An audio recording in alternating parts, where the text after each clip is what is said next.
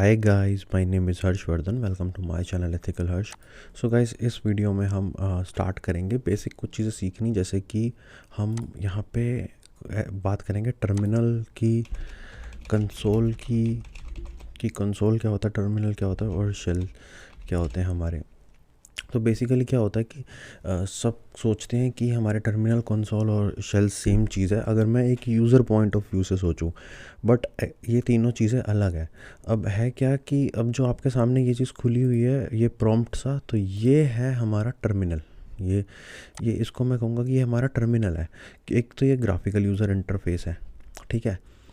और हम इसके ऊपर कुछ कमांड्स अपनी इनपुट करते हैं, तो हमें इसका आउटपुट कुछ रिज़ल्ट आता है, ठीक है। अब इसमें अब आती है बारी शेल की। ये तो हमारा टर्मिनल हो गया। तो शेल क्या है? तो शेल वो चीज़ है कि अब हम टर्मिनल पे कुछ भी कमांड हम इनपुट करते हैं, तो जो उसके पीछे जो है ना, एक डिफ़ॉल्ट शेल स्टार्ट होती है हमारी, जो कि हमारी कर्नल से इंटरेक्ट करती है। कर्नल, आप ऐसा समझ लो कि कर्नल का डायरेक्ट इंटरेक्ट हमारे हार्डवेयर से होता है, जो सीपीयू में लगा होता है। तो आप ऐसे समझ लो, तो हमारी शेल जो है वो एक कमांड इंटरप्रेटर भी कह सकते हैं।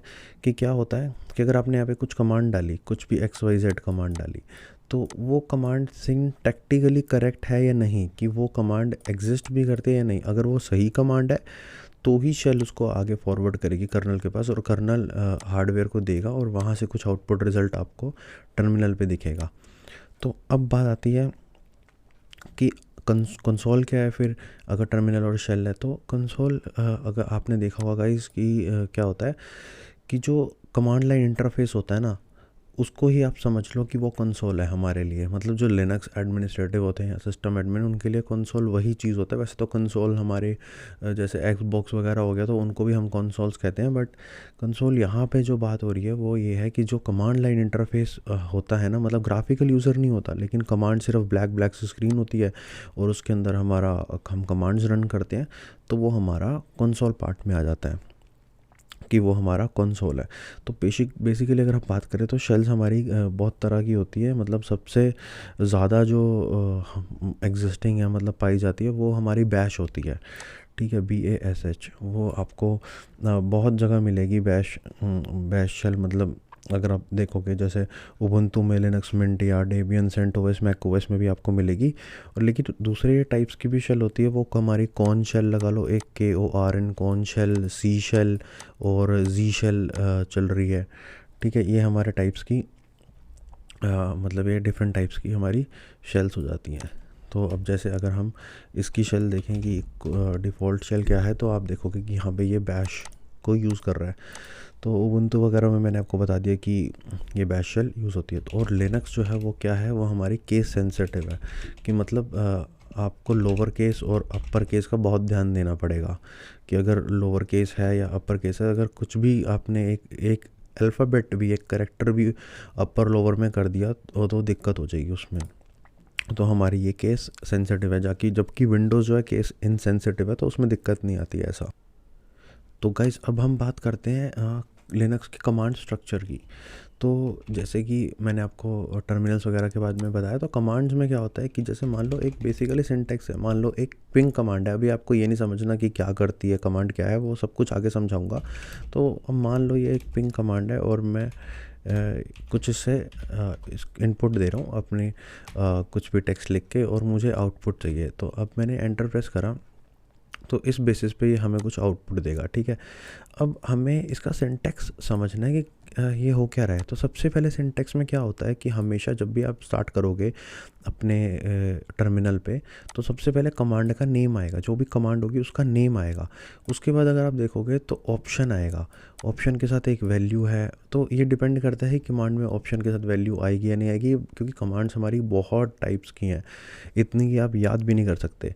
तो सबसे पहले आपको याद रखना, सबसे पहले कब किससे स्टार्ट होता है टर्मिनल में, कमांड से। कमांड के बाद कुछ उसके ऑप्शन होते हैं। ऑप्शंस क्या है भाई, ये क्या काम करते हैं? तो ऑप्शंस क्या क्या काम करते हैं, ये कमांड का बिहेवियर चेंज कर देते हैं।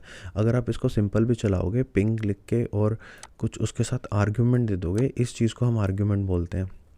यहाँ पे कोई भी वैल्यू होगी कमांड के बाद, ऑप्शंस के बाद, तो उसको आप आर्ग्यूमेंट्स बोल सकते हो। और तो यहाँ पे ऑप्शंस क्या कर रहा है कि अब नॉर्मली कमांड जो भी बिहेव करती है ऑप्शंस में वो थोड़ी मॉडिफाइड तरीके से बिहेव करेगी, आप ये कह सकते हो। तो ये हमारा बेसिक स्ट्रक्चर है। अभी आपको डीप में नहीं जाना, बस ये समझना है कि सबसे पहले कमांड से स्टार्ट होता है, उसके बाद कुछ ऑप्शंस लगा सकते हो। मतलब ये भी ऑप्शंस नेसेसरी नहीं है कि लगाना है, ये आपके ऊपर, ये कमांड के ऊपर डिपेंड करता है कि कमांड में वो ऑप्शंस तो बहुत सारे होते हैं कि कमांड में आपको कौन सा ऑप्शन किस टाइम पे यूज़ करना है, और उसके बाद हमारे आर्गुमेंट्स आते हैं। तो आपको बेसिकली ये चीज़ बस ध्यान में रखनी है।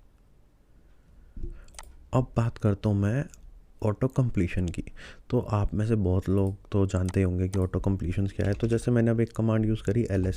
अभी आपको कमांड में बिल्कुल नहीं जाना कि कौन सी कमांड क्या काम करती है, बस आपको अभी ऊपर ऊपर से समझना है। तो मैंने अभी ls से लिस्ट करा आइटम्स को कि इसमें क्या क्या आइटम्स पड़ी हैं, तो मुझे एक बार शो करो। जैसे हम नॉर्मली फोल्डर के अंदर डबल क्लिक करके जाते हैं और उसमें देखते हैं, तो वही चीज़ हमने करी है अभी। अब यहाँ पे आप देखोगे कि डेस्कटॉप और ये सब लिखा है।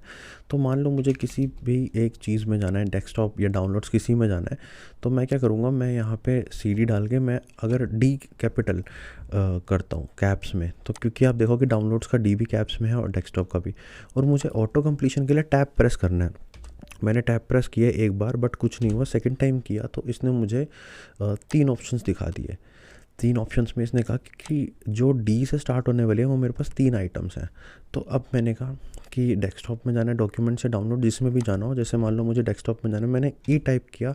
अब आप देखोगे कि यहाँ पे ई से कुछ भी और स्टार्ट नहीं हो रहा, सिर्फ एक ही है। बट अगर अब मैं टैब प्रेस करूँगा, टैब की, तो वो मुझे ऑटो कंप्लीट करके दे देगा। जहाँ पे भी मतलब मैं टैब प्रेस करूँगा तो मुझे ऑटो कंप्लीट मिल जाएगा, मुझे पूरा डेस्कटॉप लिखना नहीं पड़ेगा, तो मुझे ऑटो कंप्लीशन मोड में मिल जाएगा। बट यही अगर मैं DO लिखूँ और टैब प्रेस करूँ एक बार तो नहीं कुछ रिज़ल्ट दिखाएगा, 2 बार करूँगा तो फिर से वो इसमें कंफ्यूज्ड होगा कि इसमें से आपको किस में जाना है, क्योंकि DOC डॉक्यूमेंट्स अलग है और डी डाउनलोड्स अलग है, बट ये दोनों DO से स्टार्ट है। अगर मैं इसमें से C करूँगा और फिर से सिंगल एक बार टैप प्रेस करूँगा तो उसको समझ आ जाएगा कि डॉक्यूमेंट्स नाम से एक ही चीज़ है, और जैसे ही टैप प्रेस किया तो वो ऑटो कंप्लीट करके आपको दिखा देगा। अब हम बात करेंगे गाइस कि रूट और नॉन रूट यूज़र क्या है। तो अब हम अगर देखें तो हमारे पास यूज़र्स होते हैं 2 टाइप्स के, आप लगा लो, एक तो रूट और एक नॉन रूट आप कह सकते हो। रूट वो हो गया जो कि जिसके पास एडमिनिस्ट्रेटिव परमिशन सब कुछ है, कि भाई वो मालिक है, वो रूट है। और नॉन रूट जो नॉर्मल यूज़र्स हो गए हमारे, कि वो रूट नहीं है बट नॉर्मल है, उसके पास इतनी परमिशंस हैं बट इतनी भी नहीं है कि वो पूरे सिस्टम पे कंट्रोल कर सके। रूट के पास हर एक चीज़ की परमिशन है, वो कुछ भी कर सकता है पूरे सिस्टम में, बट नॉन रूट ऐसा नहीं कर सकता। तो आप ऐसा लगा सकते हो कि रूट एक मतलब जैसे जड़ होती है पेड़ की, तो उस हिसाब से कि रूट से स्टार्ट हो रहा है सब कुछ। तो अब हम जैसे यहाँ पे आप देखोगे कि यहाँ पे नॉर्मल यूज़र है, बट यहाँ से भी अगर आप ना देखना हो, आपको नॉर्मल ID मैंने लिखा और यहाँ पे देखा कि नॉर्मल यूज़र हर्ष है। इसकी एक UID असाइन होती है, इनके साथ GID भी असाइन होती है और ग्रुप की ID भी एक असाइन होती है। ग्रुप्स कौन से ग्रुप्स में है, ठीक है, ये सारे ग्रुप्स के नाम है, इस ग्रुप्स में है। बट आप इसको डीप में मत जाओ, बस आप ये देखो कि एक UID और एक GID असाइन होती है हर एक यूज़र के साथ, चाहे वो रूट भी होगा तब भी होगी। बट यहाँ पे आपको 1000 दिख रहा है या कोई और भी वैल्यू दिख रही हो तो कोई दिक्कत नहीं, आप समझ लेना नॉर्मल यूज़र है। बट अगर मैं रूट की बात करूं तो मतलब मैंने एक कमांड डाली sudo, मतलब सुपर यूज़र डू के कमांड होती है, ठीक है, sudo su switch user, su मतलब स्विच यूज़र। अब मैं यूज़र को स्विच कर रहा हूँ, तो किस यूज़र में जा रहा हूँ, अब वो पासवर्ड मांग रहा है, तो मैंने पासवर्ड एंटर किया। अब आप देखोगे मैं रूट में आ गया, बट फिर वही बात है कि यहाँ से कंफर्म मत करो। फिर मैं ID कमांड डालता हूँ। अब आप देखोगे कि यहाँ पे UID 0 आ रही है और GID 0 और रूट लिखा हुआ है। तो हमेशा एक चीज़ याद रखना कि जो रूट यूज़र होता है, जिसके पास सारी एडमिनिस्ट्रेटिव परमिशंस होती हैं, वो कुछ भी कर सकता है सिस्टम में, तो उसकी हमेशा ID 0 होती है। चाहे आप वो लिनक्स का कोई भी डिस्ट्रीब्यूशन उठा लो, कोई भी लिनक्स का वर्जन उठा लो, काले लिनक्स उठा लो या रेड हैट उठा लो या कुछ भी उठा लो, उसकी रूट की GID हमेशा आपको, GID UID हमेशा 0 मिलेगी। 0 मिलते ही आप समझ जाना कि वो रूट है। अब रूट में क्या होता है कि अगर मैं बात करूँ तो ये जो सिंबल है // इसका मतलब है कि ये हम रूट में, यहाँ से रूट स्टार्ट हो रहा है। जैसे मैं लिस्ट करूँ तो यहाँ से स्टार्ट हो रही है सारी फाइल्स, ये मेन रूट है, यही रूट है। मतलब आप कहते हो ना पेड़ की जड़ जहाँ से स्टार्ट हो रही है, वो समझ लो यहाँ से स्टार्ट हो रहा है सब कुछ। बट एक रूट की होम डायरेक्टरी भी होती है, वो स्लैश रूट होती है। जो ये स्लैश रूट है ना, ये रूट की होम डायरेक्टरी है, इसको हम रूट की होम डायरेक्टरी बोलते हैं। जैसे हर एक यूज़र की अपनी अपनी होम डायरेक्टरी होता है, बस आपको इतना याद रखना है कि ये रूट की होम डायरेक्टरी है और ये खुद रूट है, समझ लो। बस ये स्लैश डाल दिया, cd मतलब चेंज डायरेक्टरी, मैं डायरेक्टरी स्विच कर रहा हूँ, चेंज कर रहा हूँ। तो अगर मैं यहाँ पे गया तो यहाँ से ये पूरा रूट स्टार्ट है, और cd स्लैश रूट किया तो मैं रूट की होम डायरेक्टरी में हूँ। तो कभी कभी इंटरव्यू में भी क्वेश्चंस आ जाते हैं कि रूट की होम डायरेक्टरी बताओ क्या होती है, तो वो स्लैश रूट होती है।